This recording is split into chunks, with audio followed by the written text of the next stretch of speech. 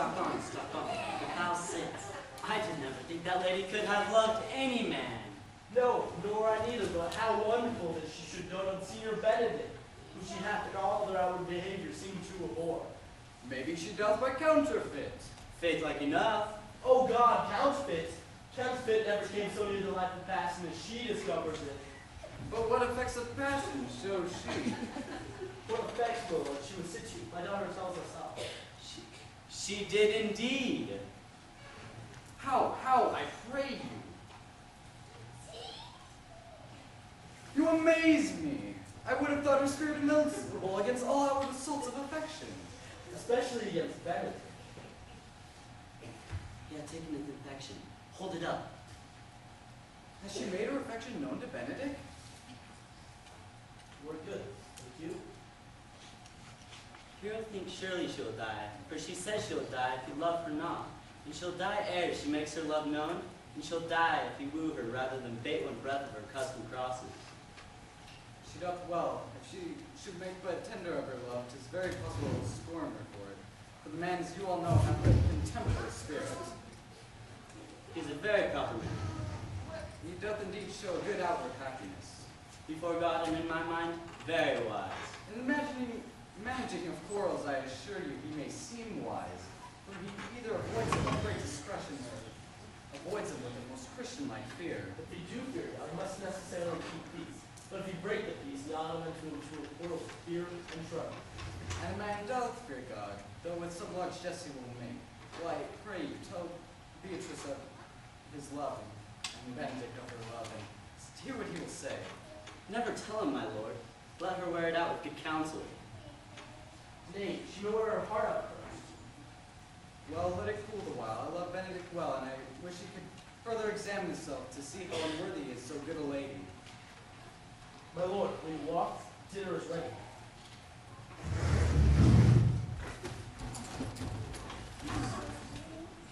If you do not dote on her upon this, I will never trust my expectation.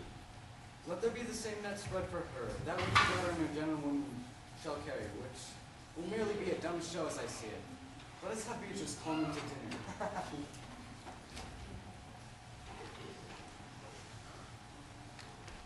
I think this cove with the white-bearded fellow speaks. This can be no trick. The conference was sadly born. They had the truth of it from Hero. They seem to pity the lady. It seems her affections have their full bent. Love me? It must be requited.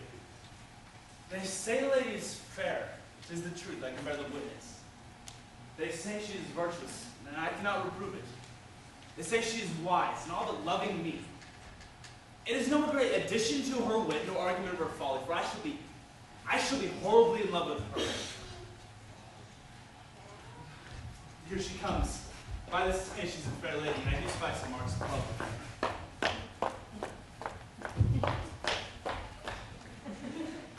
Against my will, I am to send me come into dinner. Sweet Beatrice, I thank you for your pains. I took no more pains for those things than you took the pains to thank me. If it had been painful, I wouldn't have come. You take pleasure then in the message? Yea, senor. Just as much as you might take one in knife's point, which will all with all. You have no stomach, senor? Very well.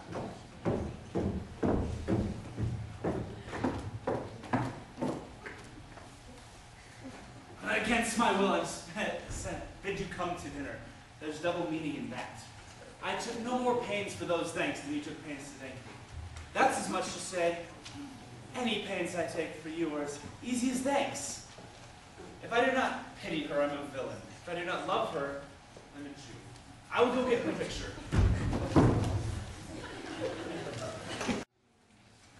Dear Margaret, be to the parlor.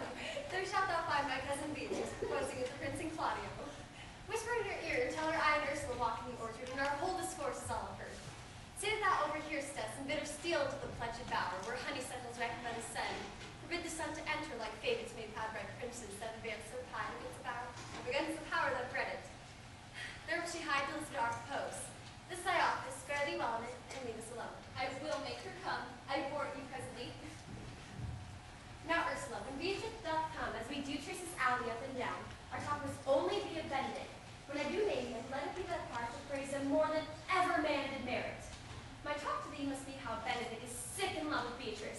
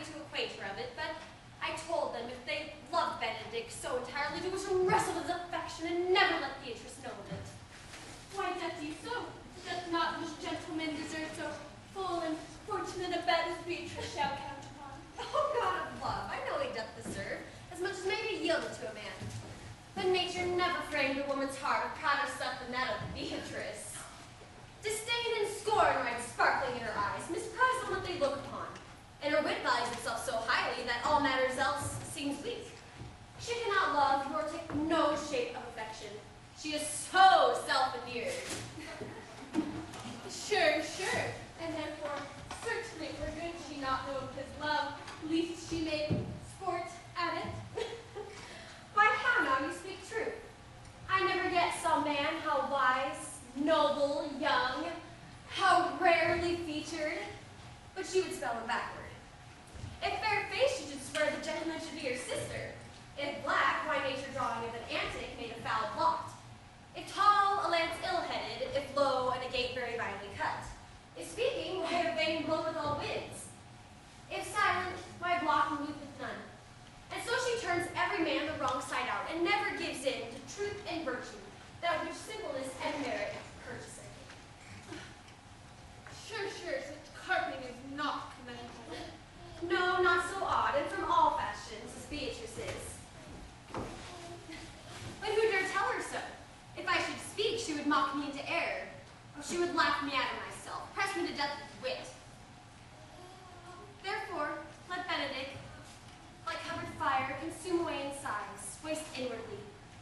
And truly I'll devise some honest slanders to disdain my cousin with. Oh, do not do your cousin such a wrong. She cannot be so much without crude judgment, having so excellent a wit as she is prized to have, as to refuse so rare a gentleman as Signor Benedict. He is the only man of Italy, excepted for my dear Claudio. Pray be not angry with me, madame. Speaking my fancy for Signor Benedict, for shape, for bearing, for argument and valor goes foremost in the court throughout Italy. Indeed, he hath an excellent good name. And excellent and earn it ere he had it. When are you married, madame? By every day tomorrow, come go in with me, and I'll show thee some attires you should best have my counsel furnish me with tomorrow. She is blind, I warrant you. We have caught her in the trap, madame. Well, if it proves so, they can love goes by halves. Some Cupid kills an arrow, some in traps.